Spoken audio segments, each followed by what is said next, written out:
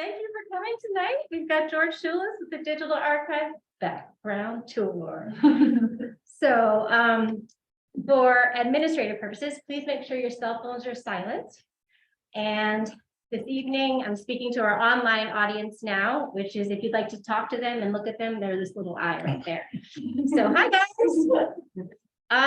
If we have the closed captioning on, so what you can do is look at the bottom of your screen and there should be a show captions. And if you click that, the caption should show.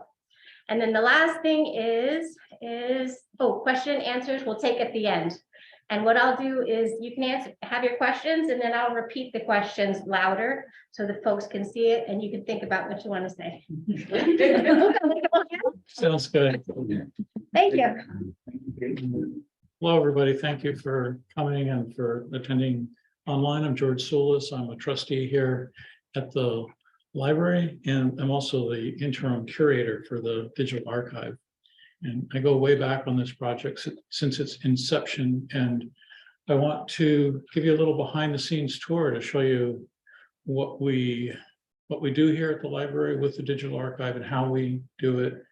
And in particular, we're going to focus on how we're working to chip away at our enormous backlog of maps, photos, documents, all types of things. I've used a number of photos from the collection just to kind of tie things together and make it a little more interesting. Usually I won't talk about them, but if you're interested in the particular photo, there's always a description at the bottom and a date and the photographer if we have that information. So just enjoy those. Before I get into talking about what we do here specifically at this library, just wanted to show you all the other organizations in and around Mount Desert Island that are using the digital archive and sharing their collections. And as you can see by the numbers at the top, 47,000 items, 42,000 images, and 7,000 documents. It's a lot of information and it's growing all the time. It's convenient that it was the end of the year, so I was able to gather the statistics for last year. And I won't dwell on this page, but if you look at the parts that are highlighted, we got 53,000 page views last year, which works out to about 146 views a day. And very interesting to me is that of the people coming to the site, about 75%, 73% are coming there through organic search. And what organic search means is they went to Google or some other search engine and they typed in something they were interested in and they ended up on our digital archive site. So in contrast to organic search would be, say, someone coming to the library website and going to the digital archive or going to it directly. So organic search is the thing you really want, and we're really happy with that. And we expect these numbers to be even bigger in the coming year because of the things that we're going to talk about tonight, where we're trying to make more of our collection accessible. So these guys did not build the digital archive, but I love the photograph.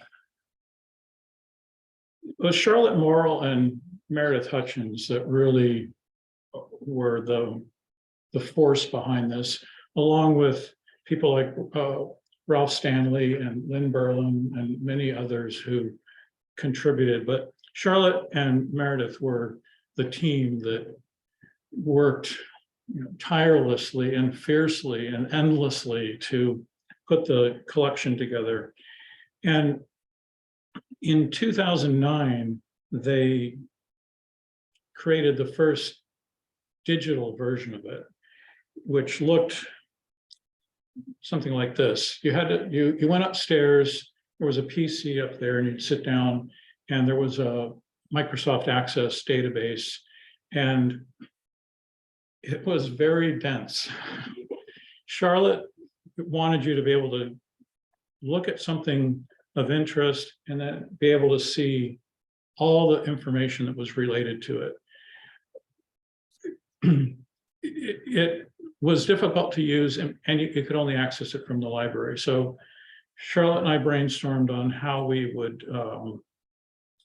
we'd be able to put this online, because one of the problems with this is you can see that the picture is really small. It's hard to see, and this is the larger view of the picture, and it's indeed a sad one.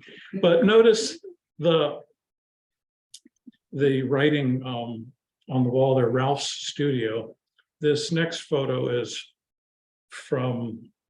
actually from the horses behind. And this is a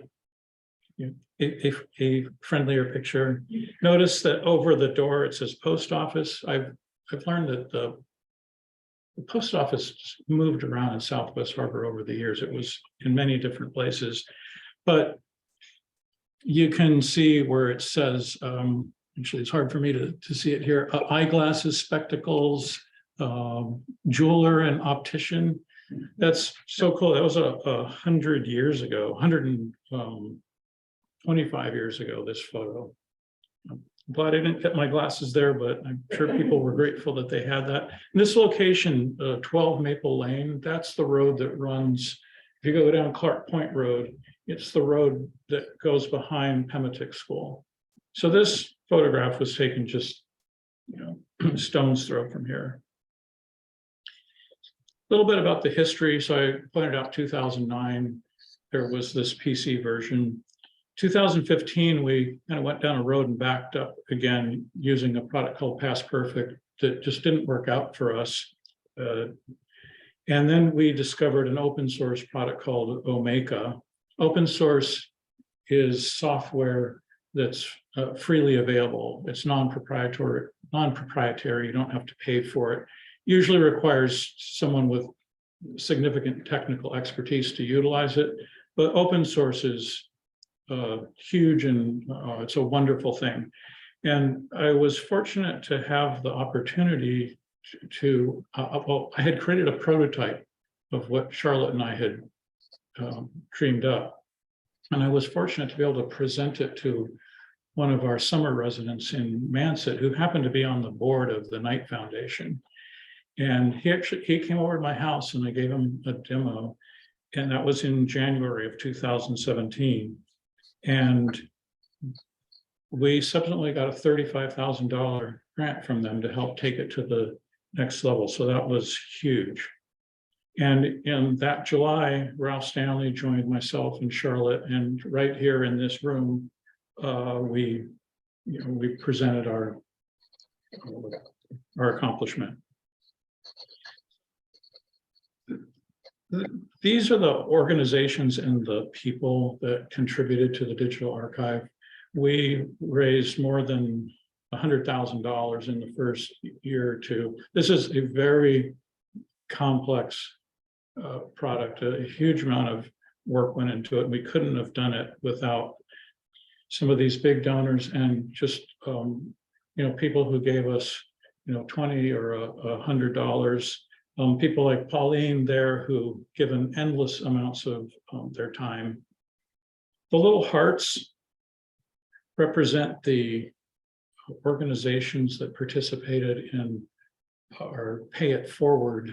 So it's a Pay It Forward policy that we have for the digital archive. And the way that works is if an organization comes who's using it says, well, we need a special feature.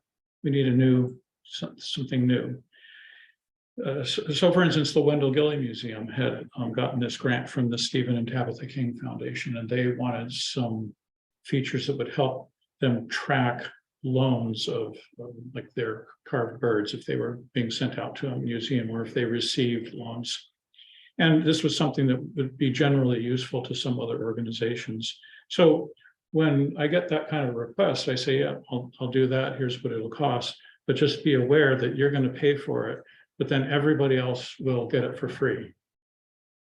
No one has ever objected to that, and I think people like that idea. So it's been, it's worked out well. Going into the digital archive is kind of like going into a candy store, a soda fountain, and used this picture to illustrate that. This was the inside of Carroll Drug when it used to be right down the street in the white building where the Quiet Side Cafe used to be. Okay, let's get into some of the things that you can do with the digital archive. So pretty much any type of search mechanism supports keyword search. So that's not in itself special, but I just want to talk about how that works and what it looks like. So you can see at the bottom of the screen, what I searched for was lobster pound seawall. I wanted to narrow the search down. I didn't want to find lobster pounds in Bar Harbor. I was particularly interested in this side of the island because of the one in the middle there that says Isaac Stanley's Wonderland lobster pound. And I always wondered what Wonderland, like where did that come from? It's such a fun word. And well, it turns out I got a copy of Henry Rout's book about the name places of Mount Desert Island and the Cranberry Islands. It's a fantastic book. I highly recommend it. And I looked up Wonderland in there and I found out that Isaac Stanley created this lobster pound and it sounded wonderful. They had cabins and they would give you fishing gear and stuff, but it was where Wonderland is. And this same Isaac went by Ike, and that's the Ike of Ike's Point. So, you know, it's fun how things connect like that. When you do a keyword search, if you can see on the right, the keywords that you put in show up in blue so that you can quickly get a sense of whether this hit is something you're interested in. And the item on the top, you'll be familiar with because it's been in the paper and a lot's been going on. And I thought this seemed to be something that ought to go in the digital archive because I think it'll be especially interesting 45 or 50 years from now. So I went over there and I met Charlotte and got to talking with her. And I asked her if she'd pose for a picture, and she did. So that's how you get things like that. Here's another picture that I took 45 years ago when I was young and I was just taking pictures. And it never occurred to me that this would become a historical photograph. Those of you who are older in the room, this was a familiar scene. You really wouldn't even think twice looking at it, but younger people might not know about these wooden lobster traps. So it's important to get contemporary photos into these collections because they become historical photos over time. But another type of search is called facet search. And even though that term might not be familiar to you, you use it all the time. So you go to LL Bean catalog and you're looking for a pair of men's winter boots. So I would go to, I would choose men's, and then my choices would narrow down. I'd choose outdoors and the choices would narrow down, and I'd choose outerwear and then footwear, and I'd eventually narrow it down to boots.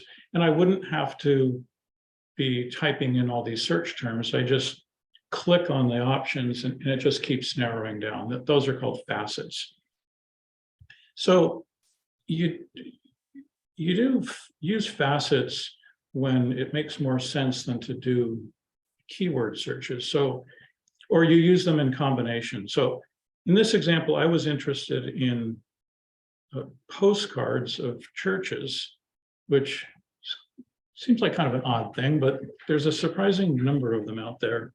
And when I went to the search bar and I just typed in churches, I got 1,560 results.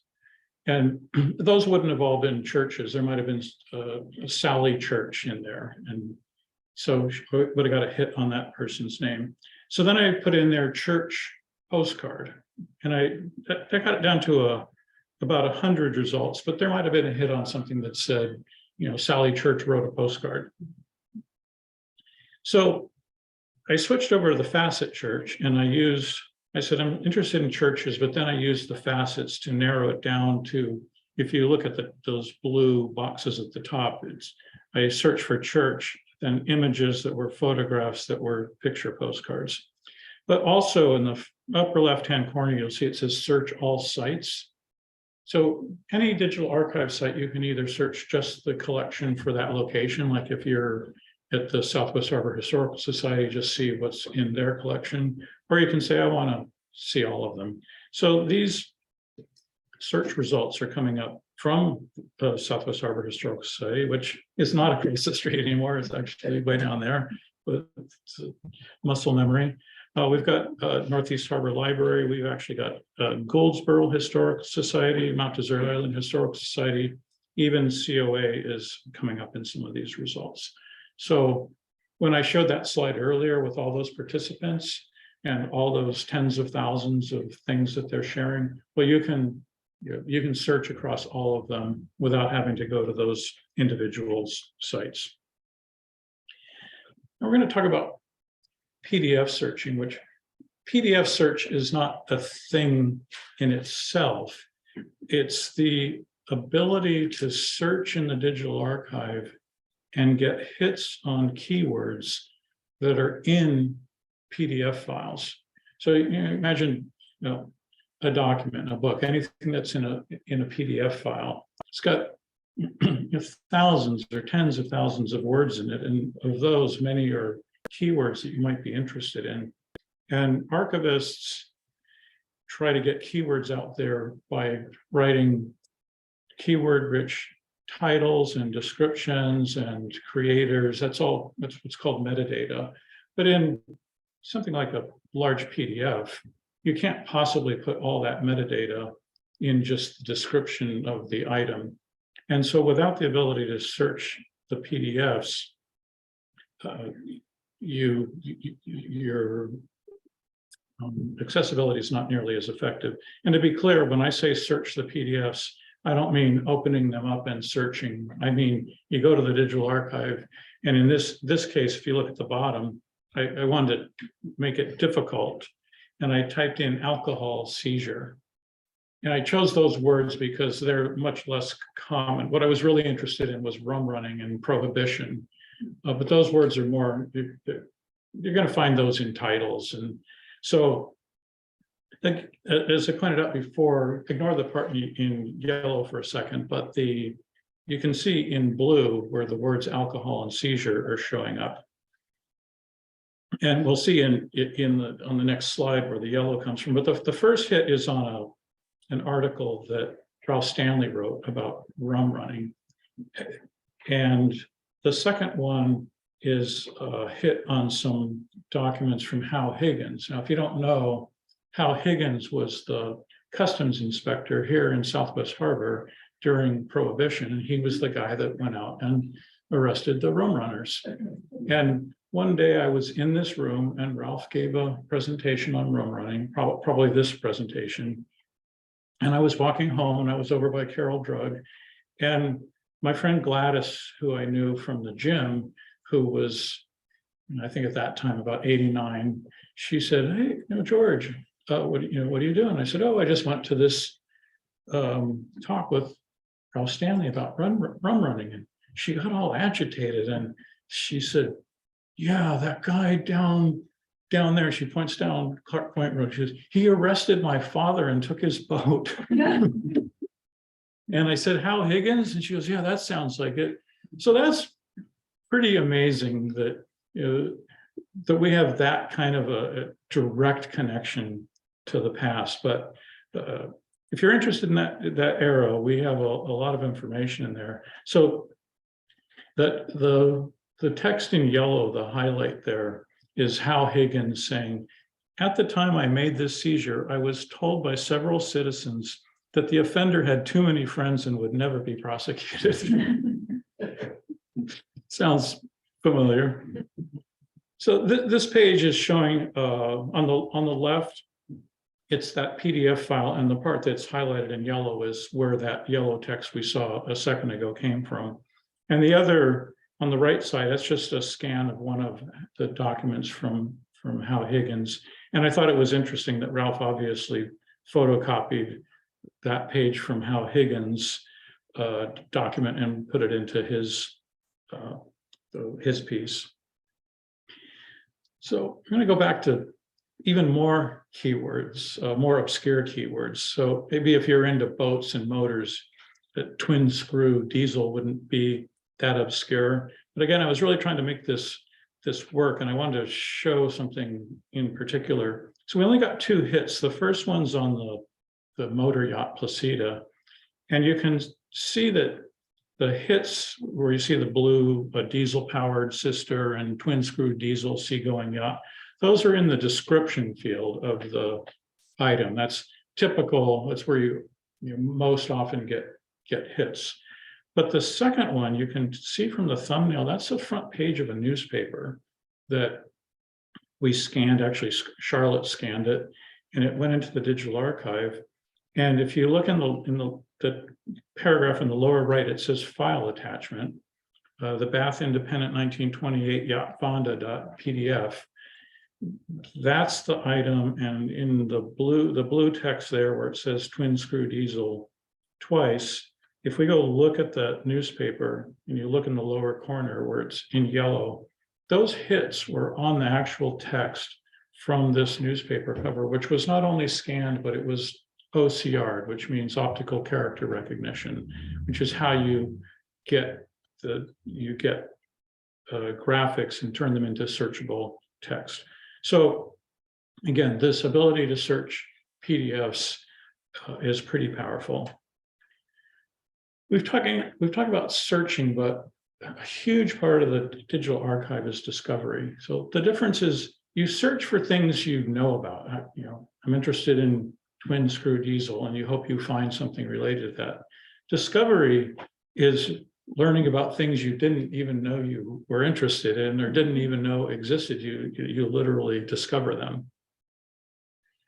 So as an example of this, I'm going to start with this woman, Abigail Whitmore Robinson, and I've titled this Abigail in Wonderland, and that'll make sense in a couple of minutes. So first of all, this photo was taken around 1850. It's one of the oldest images that we have, and it's a daguerreotype photograph. And daguerreotype photography was only invented in 1839. So this was pretty new technology at the time. The page that we're looking at is what we call a reference item. You might be able to see it says type reference. A reference item is something where we can collect information.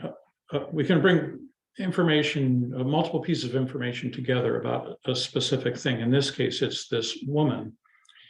In the lower right, you can see a little diagram, which is we're not going to we won't go into tonight, but it visually shows the relationships. And then on the right side of the page is just actually the beginning of the page where it's showing some images that have Abigail in them.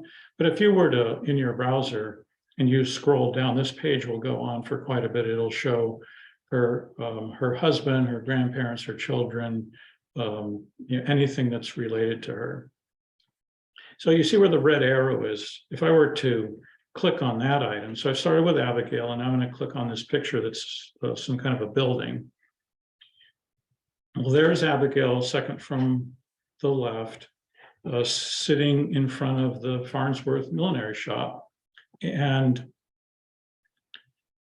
if you were to walk out this door and go down the street towards Manset, past the Harborview Motel, and the Harborview Motel, there's this little loop. So if you were to turn in there and then go past little cottages and then come back onto Main Street, right there, your car, you would be facing this building. That picture is just from 8 years ago. And if you just line those up, you look at those two buildings, notice the roof lines, the windows, those are the same buildings 130 years later. The contemporary image comes from a project that Charlotte and Meredith and I did about Southwest Harbor Here and Now, where I had the pleasure to have them tell me where to go and photograph things. And we compared them to existing buildings, and it was sometimes very tricky to get these shots. And this one in particular, my wife Janice had to warn me when cars were coming because I had to literally in the road trying to take the picture. Okay, so how does this, how does this connect? Well, we saw Abigail sitting on those steps, right? And there was a woman, I don't know if you noticed, there was another thing, Elvira. She'll just go back there for a second. So you see Abigail and Elvira. Okay, well, Abigail had a daughter named Elvira. So that's where she comes into the picture. And then Elvira married a man named Simeon, who was called Sim. And here's another example of a reference item type page where we have his photo on the right side. There's a PDF document that's biographical information about him. The lower left is another one of those visualization diagrams. And if you were to scroll down the page, you would see lots of stuff. Well, Sim had a sister named Lizzie, and she had a husband and 3 kids. And their oldest daughter on the left is Maud. So Maud married Frank Gilly, and together they had a son, Wendell. And Wendell is sitting in the front row. He's the one on the right. And he was on the 2021 basketball team for the Southwest Harbor High School. That's 1920 to 1921. So Maud and Frank Gilly's son, Wendell, is Wendell Gilly, who was a bird carver, became quite a famous bird carver, and they built a museum, and the museum uses the digital archive. So if you were to go over their site, kind of in the middle there where it says mallard drake, that was the first bird that Wendell Gilly carved. Should we continue, or no, we've gone down the rabbit hole. And you can see, you can just go from one thing to another, and it never stops. So the digital archive is really powerful. How does it work? Okay, I'm going to share a secret with you. Underneath this building, there is an enormous subterranean basement. And it goes from here all the way over to the police station and down to the Carroll drugstore. And in that basement is a huge supercomputer, and it's staffed 24/7. So in reality, this is the ENIAC computer that was built at the end of World War II to compute missile trajectories.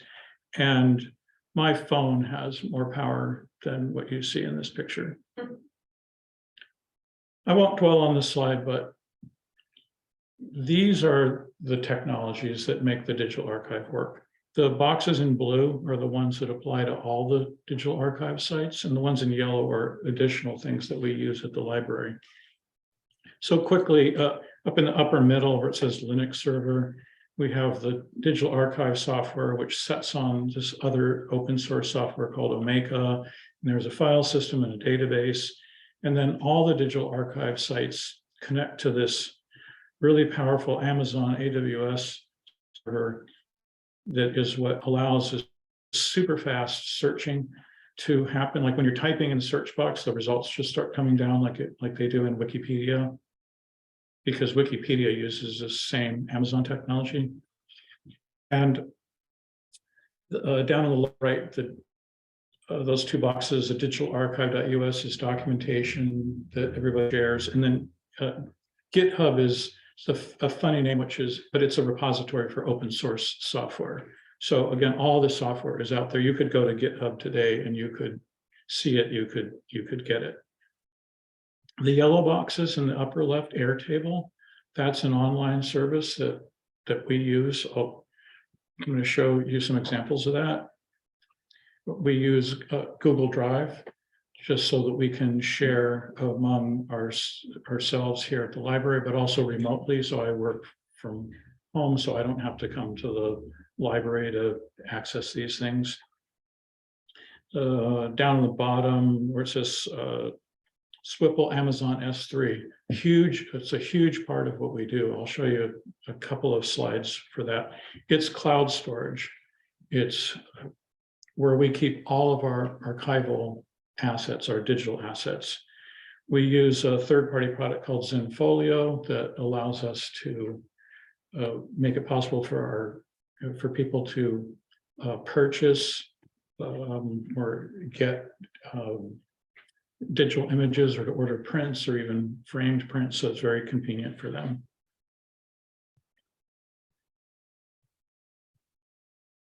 These are the goals we have here at the library for the digital archive. The number one goal is accessibility, and that's equivalent to searchable. We want people to be able to do a search and find, first of all, find that we have something.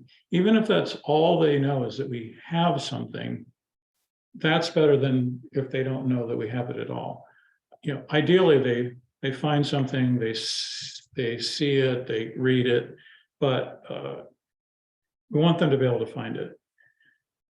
We have to use really efficient process because we just have so much stuff that we have to work on. This backlog reduction, I'm going to talk more about. But backlog reduction is a goal. We've got these tens of thousands of digital and physical assets. We're a library. That's our job. We disseminate information and we want to make it accessible. And transferability, we want this process to be able to transcend us. So why is transferability important? Well, this is why. Because I like to use abduction by aliens rather than saying hit by a bus. But if one of the key members of your team, or you only have one person on your team, is no longer available for one reason, then it's a risk to your organization and your collection. It's called the bus factor. So the way we mitigate that risk is to have our processes fully and thoroughly documented. If you go to digitalarchive.us, this is just one of many, many pages in there. This particular page gets into our accessioning process. I'll show you one other slide a little bit later on, but we've put a huge amount of effort into that. And the History Trust was instrumental in making that possible because they understood the importance of documentation, and they were, they basically funded this part. You could not have done that alone. So this is a picture of the quarry on Swans Island. If you've ever been out there, it's a lot deeper than this now, and there's a lot of water in it, and none of this other stuff, none of the people.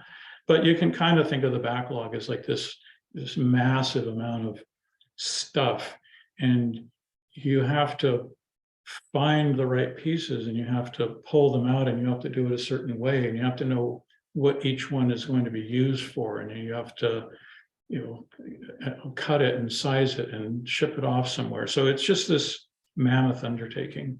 So our backlog that comes from three sources. We have a digital backlog, a physical backlog, and then sort of an ongoing contributions backlog. So our digital backlog, this is just a screenshot of a folder on a hard drive. And you can just see on the left, it's just folder after folder. And if you just pick one folder, it's just full of images. And we're talking, 10,000 plus. And these are the courtesy of literally thousands of hours of volunteer time. Charlotte Morrill is a master of wrangling people into doing things for her. And she got people like Carol Nelson, Carol, you must have spent hundreds of hours just yourself scanning. And we want to, much of that has gotten out and it's accessible. We want to get, all of it out there. So that's part of that's what we call our digital backlog. Then we just have people that come in off the street, not usually with a wheelbarrow, more often with a shoebox. And they give us things, and if those things are in line with our collection policy, then we accept those, but we wouldn't generally just stop what we were doing to deal with those, so they go into the backlog. And then we have the physical backlog. Upstairs in the second floor, there's a locked door there, and it's a little room, and it's about maybe 7 feet wide, about 10 feet long. It's tiny. And it's just chock-a-block full of stuff. And now, not all of this is in the physical backlog. Much of this has been digitized, but there's a lot of stuff in there that has not been dealt with yet. And in that little room, there's a little fire sprinkler, which we hope will never go off. But we had a huge fire here in 1922, and just about in the center of that photograph is the library, which has miraculously survived the fire. And we hope that won't ever happen, but it reminds us of how important it is that we and all the other organizations digitize our materials, because if a disaster happened, at least we would have the digital images. So we've got this huge backlog. How do we take a bite out of it? Well, I had to throw this slide in there because if you've been here for a long time, or if you've been coming here for a long time, you'll remember the Cheese House in Trenton, which is now the Harley Davidson dealership, and not nearly as nice in my opinion. But a couple of years ago, I got a call from a reporter at the Bangor Daily News, said he was doing an article on the Cheese House in Trenton and wanted to know if we had a picture, because the only picture he had was the one in the lower left with the mouse on top, which was apparently this was a chain. So that was the generic cheese house. And he said, that just doesn't look like Ellsworth. I don't know where that green mountain is. He said, no, that's not Ellsworth. So we had this picture, apparently the only copy in the world of the cheese house, and sent it to him, and it was published in the paper. A little diversion. So in order to work on our backlog, we've had to come up with a new process. Just like Hinckley in the early 60s switched over to building fiberglass boats. So this is a boat, Bermuda 40, coming out of the mold. And clearly this is a much different approach to building boats than the traditional way with wood and glass and things like that. So before getting into the process, I gotta just quickly share a little bit of terminology. So in museum parlance, an accession is one or more items acquired at the same time from the same source. So Sally Brown comes in with her shoebox of materials. There might be some photos, a theater ticket, and some ephemera in there. We say, okay, Sally Brown gave us the shoebox that had this collection of stuff in it, brief description on January 31st, 2023, and we record that as an accession. If it's a big accession and we have gotten somewhere, it's not a shoebox, it's multiple large boxes. We break accessions into sub-accessions just because it's easier to work on smaller things than bigger things.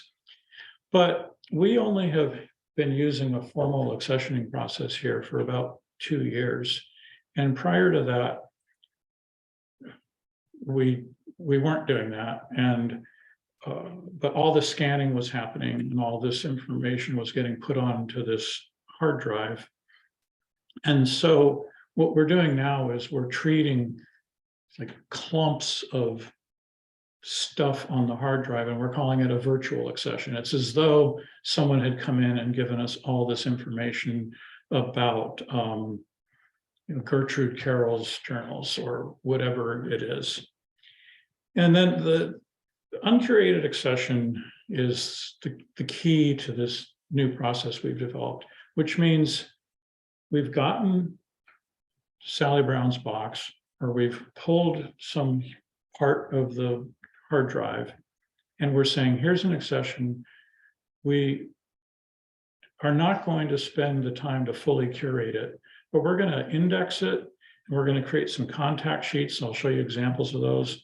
And we're going to make it accessible by virtue of putting those indexes, which are PDF files, which you now know are searchable, and the contact sheets up on the digital archive, and we'll make them accessible.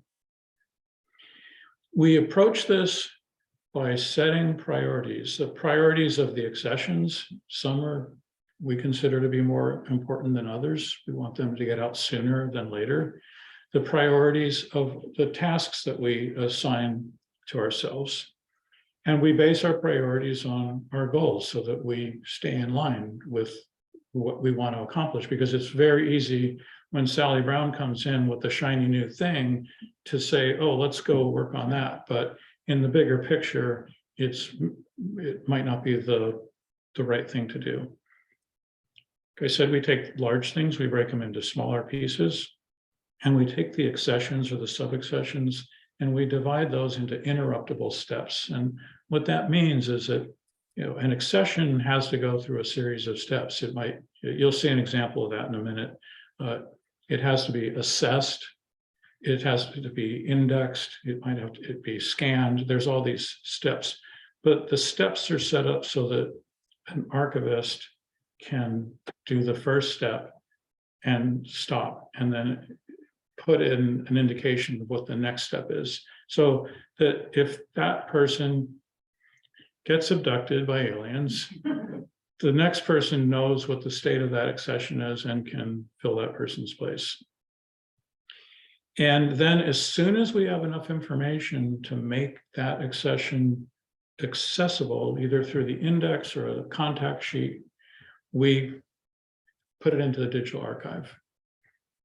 And because we're keeping track of the state of things, we know that that accession will eventually get worked on again, providing we have time and resources. So what tools are we using? I like this picture because it's a really good example. If you're trying to cut blocks of ice, you want something like this. You don't want to be out there with a handsaw or a hammer and chisel, or you want the right tool. Our tools are this documented process that I told you about. And we use an online database called Airtable that keeps track of everything that we're doing and the state of the world and our progress. And we use this Amazon S3 cloud storage. And I'll show you how those three things tie together.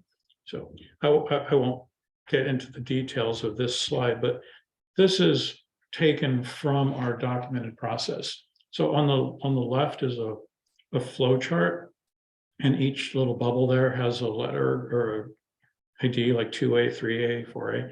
And on the right side, for each of those letters, there's the steps that are involved in performing that step. And the little blue hyperlinks, if you can see those within the steps, are links to more information. So if you get to step 2A and you don't know what something means, you can click on that link and go to still more information. The flow chart is divided into two paths, one for physical items and one for digital items, because the sequence of steps is different for those. And but in both, the key thing is where you see that blue word accessible, that's the point at which this physical item or this digital item can be made public. So if it's a physical item, if we create an index in a PDF file, but we haven't scanned the items, because that's step 4A. And if you notice the little stopwatches, those are the things that take a lot of time. It takes a lot of time to digitize items. So it takes a lot of time to make an index, but we make the index, get that index up there, and that physical item is accessible. If it's a digital item, we create a contact sheet from it, and we get that up there so you can see the pictures. And then later, we create the index, which is that more expensive step. So What this looks like to us as archivists is, this is a screenshot from this online database Airtable, and each row is an accession. There's many more columns that you can't see here, but there's a brief description of what it is. There's a priority column, and indicating on a scale of 1 to 5 how important we consider this to be, or and it's not even necessarily how important it is, it's the priority we've given it in terms of working on it.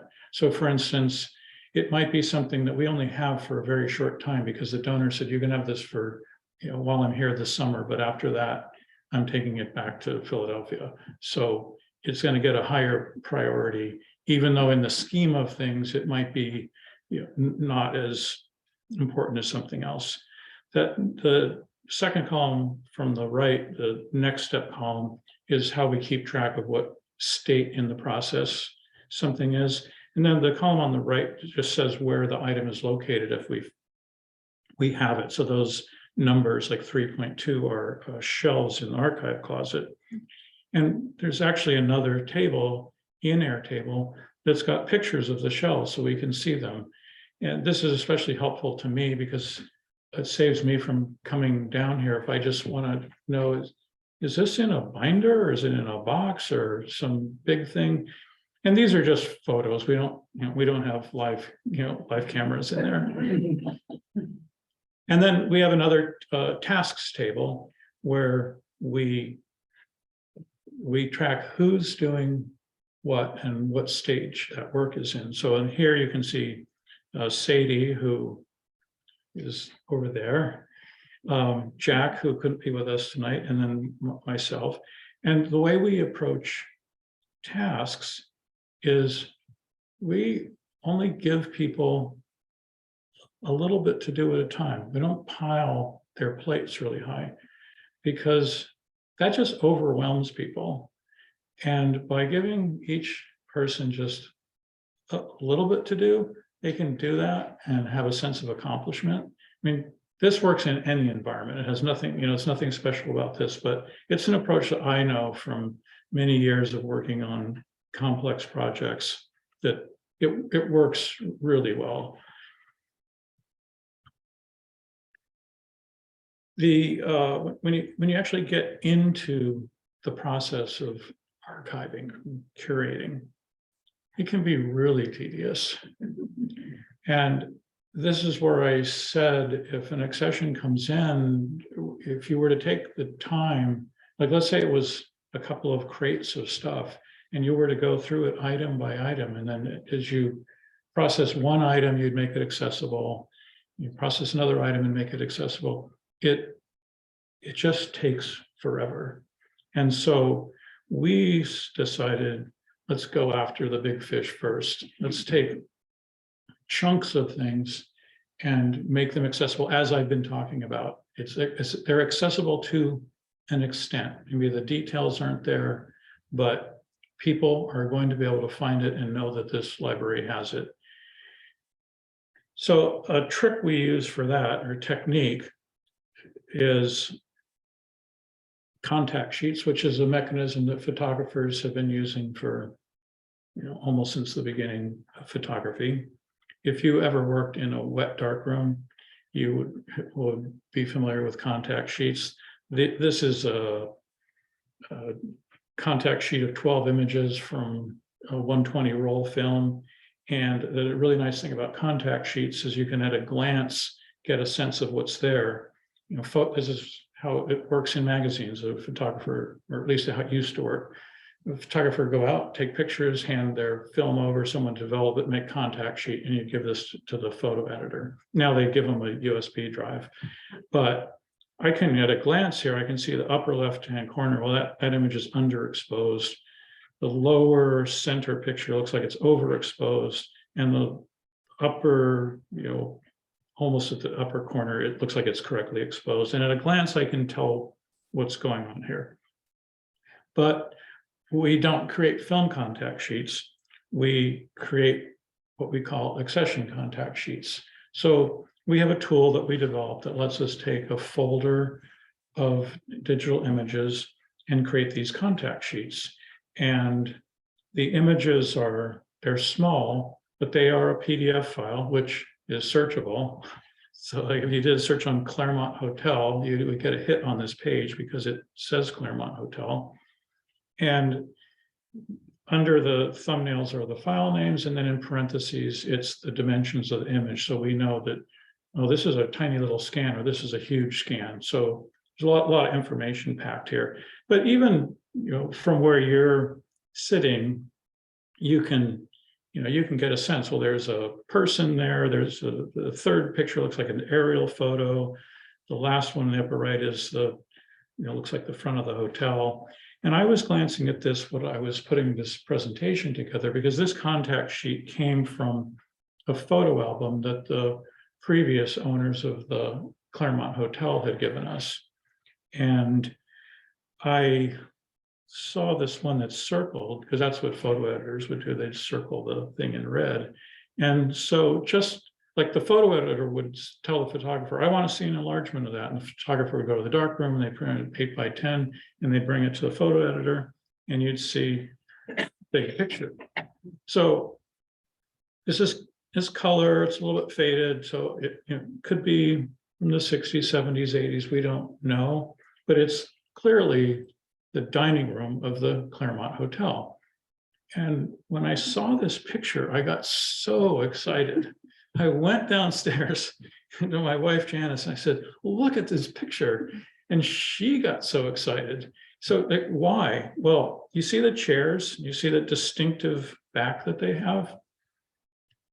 Well, we have 2 of those chairs in the attic in our little barn.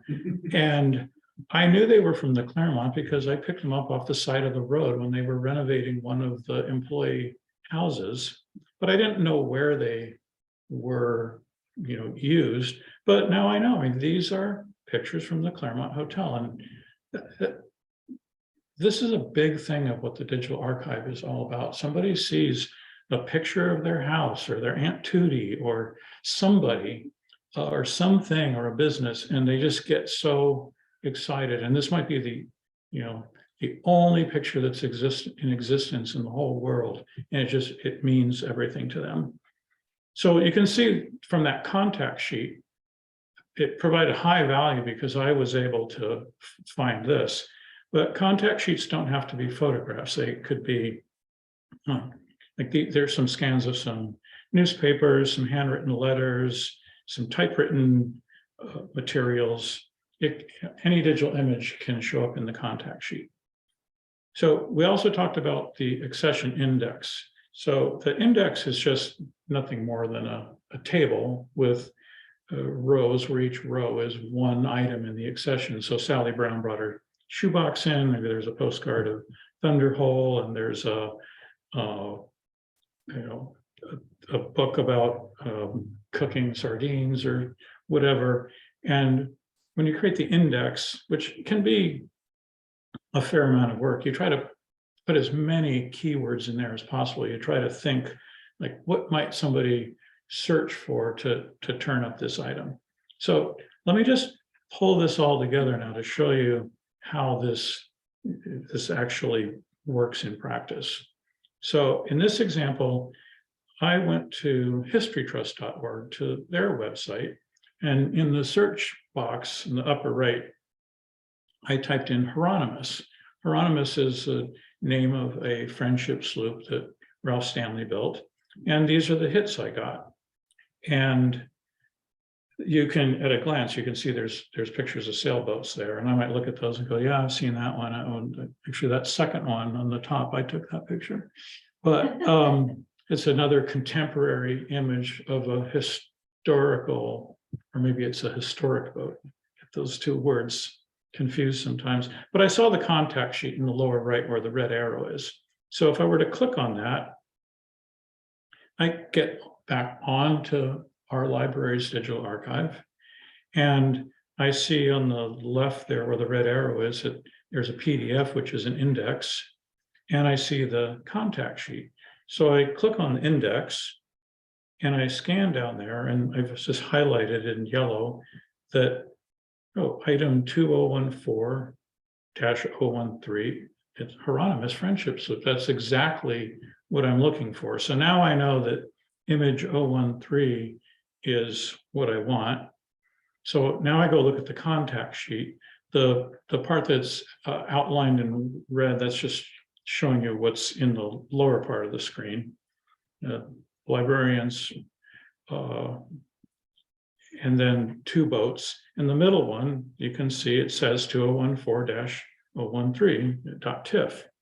So I want this image, but it's all I have is this contact sheet. We've made it accessible, but the image isn't up there, so I can't get it. So I email the library, and Sadie might get that email, and I'd say, yeah, I was looking at item, well, I'd bring up the page and I say, I was looking at item 16689, and I'm interested in the photograph 013 of the Hieronymus. So imagine you're Sadie or another archivist, and you're sitting at your desk. What you're seeing now is, you know, exactly what she would be seeing in her browser. Now you see where the red arrow is? It points to S3. Okay, remember S3 is our Amazon cloud storage. With one click, you end up on this page. You are now on the Amazon S3 site where our archival data is stored. And down there near the bottom where it's highlighted in blue, there's a check mark there. It says 2014-013 because that's the photo that was requested. Check that box.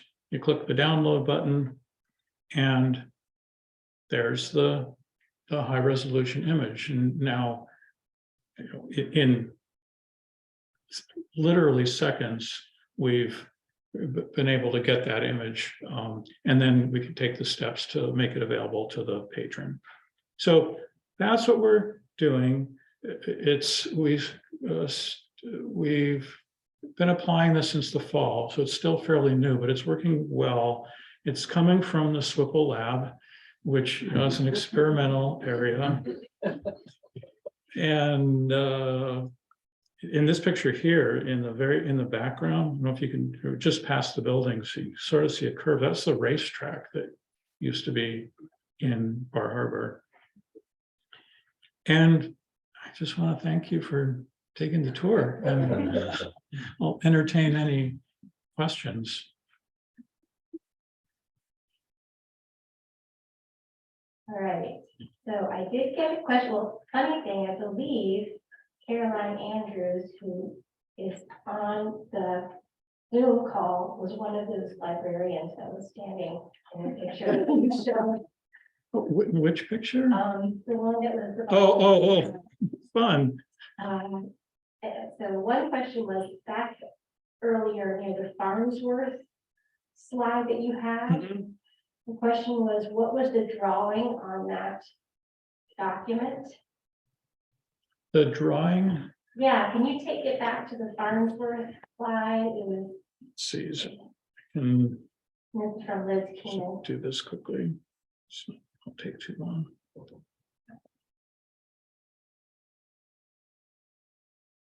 Let's see, this It's right before that. here or the next one? I think it was the one back. So one that, okay. It's the PDF, the Rum Runner PDF file. Okay, that was here. Yes, that boat, What's your question? the boat drawing on the top of the, Oh, If- this one? yeah, what is that? It says Hal Higgins made this sketch of Beatrice, a motorboat that he's suspected to be involved in the smuggling operations, and included it in a 1922 letter to the deputy collector of customs. There's Oh, how cool. yeah, there's lots of drawings and dialogues between Hal Higgins and his various law enforcement offices, agencies, and some fascinating stuff. And recommend checking it out.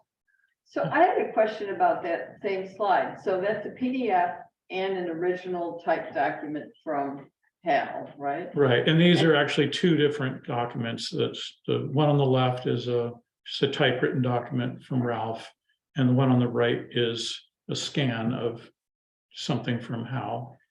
So did the one on the right, the original, get scanned and OCR'd, or is the OCR dependent on it?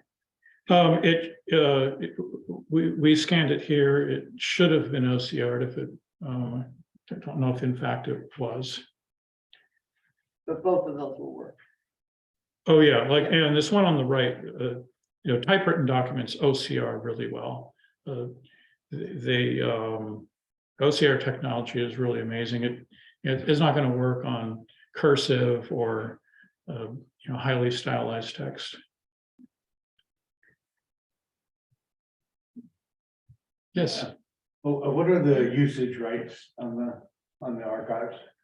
for the software. No, for the images and whatnot. That's such, it's one of the most commonly asked questions among archivists. It's the hardest one to answer. Charles Stanhope there worked at the Library of Congress, and he hasn't been able to give us a definitive answer. Copyright law is really complicated. There's some things we're really clear on. Like, I don't remember the rules, but if it's a photographer and they've been deceased for more than, if it's 75 years, something like that, then you're in the clear. But it also depends on whether the image was published or not. So we have a policy at the library that it is up to the patron to determine the copyright usage and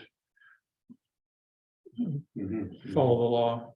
We don't get into that. It's not like a Creative Commons license or anything. Some things have Creative Commons license, some things are, clearly in the public domain. We have a little more latitude as a library because we're putting out copyrighted material all the time. But it's a tough one. If we ever get good answers to that, we'll write it down. Are there videos too, or is everything still images? We don't, I don't think anybody has video right now. There are some audio collections. We have some recordings. I know Northeast Harbor Library, their collection has quite a few audio recordings. Video is a little tougher because of Digital Archive's not set up to store video. They're huge, but we could certainly make that happen, like using something like Vimeo or even, Google or YouTube, but not today. They're just, there's not much, most of the materials are historical and there aren't many historical videos. We have a question from Ronald F. online regarding the security of digital archives. How much redundancy is there in storing the Swiftle and History Trust holdings? So there's the digital, the assets that each organization has, and that's up to each organization. And we use S3. Some people use a hard drive, some people use Dropbox. That's going to vary. Even with us, the material we have on hard drives, we have 3 separate hard drives in 3 different locations in 2 different states to minimize the likelihood that we would lose all of them. The digital archive, the software and the files that are up on the server, I'm not sure I can exactly answer that question, but we use very secure, very robust providers. And I read your book and I loved it.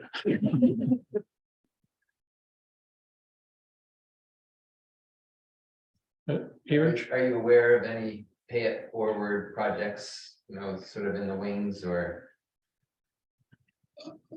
In what context? like any of the other organizations? Do they have some features that they have hopes that will be added? Oh, I see. Not at the moment. I don't know, Pauline, if you can't think of We all any. have long wish lists. Yeah. But that process works really well, and I think grantors like that because their grant money is doing, you know, double or triple duty. They didn't just give to the Wendell Gilley Museum, they gave something to anybody that wants to use it. Well, Just one thing, thank you very much for all this and for all your dedication and commitment and diligence and perseverance. I hadn't seen the analytics that you shared early on, mhm. what you're tracking and what doors they come through.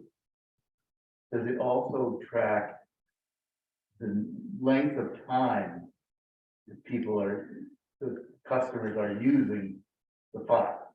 It does, and analytics is a hole you don't want to go down to unless you Another rabbit have a hole. lot of time. It's really complicated, and like that in particular. So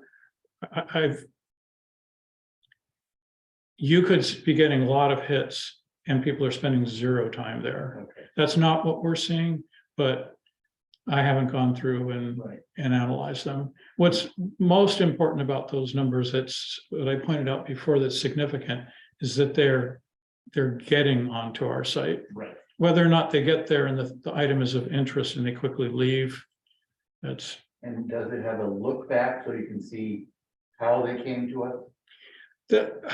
That's part of that same rat hole. Okay. And I think analytics has changed over the years. I think you used to be able to see more, but my understanding is because of privacy concerns, you can't tell so much what people have been doing. But I have Free to read. tried to understand analytics, and you know, I'm a computer guy, and Not said. yeah. So, So just, there are quite a few congratulations, really amazing. thank you. Accessibility, and this one from Craig Reisner's great presentation, took technical information and presented it in plain English for us to understand. Thank you. You're very welcome. Thank you again. I just wanted to thank George so much for doing this. I'm Linda Hayward. I'm chairman of the board here. Most of you knew that already. But I really, really appreciate you all coming. And this is such an important thing. I don't have a word for it, that we have been able to offer to the community beyond Swipple. And mostly I want to thank George for teaching me how to say Swipple. Because that has saved so much time versus Southwest Harbor Public Library every time we say it. So I want to thank you all for coming. Thank you, George. And go out and use the digital archive because it is amazing. So thank you. Night.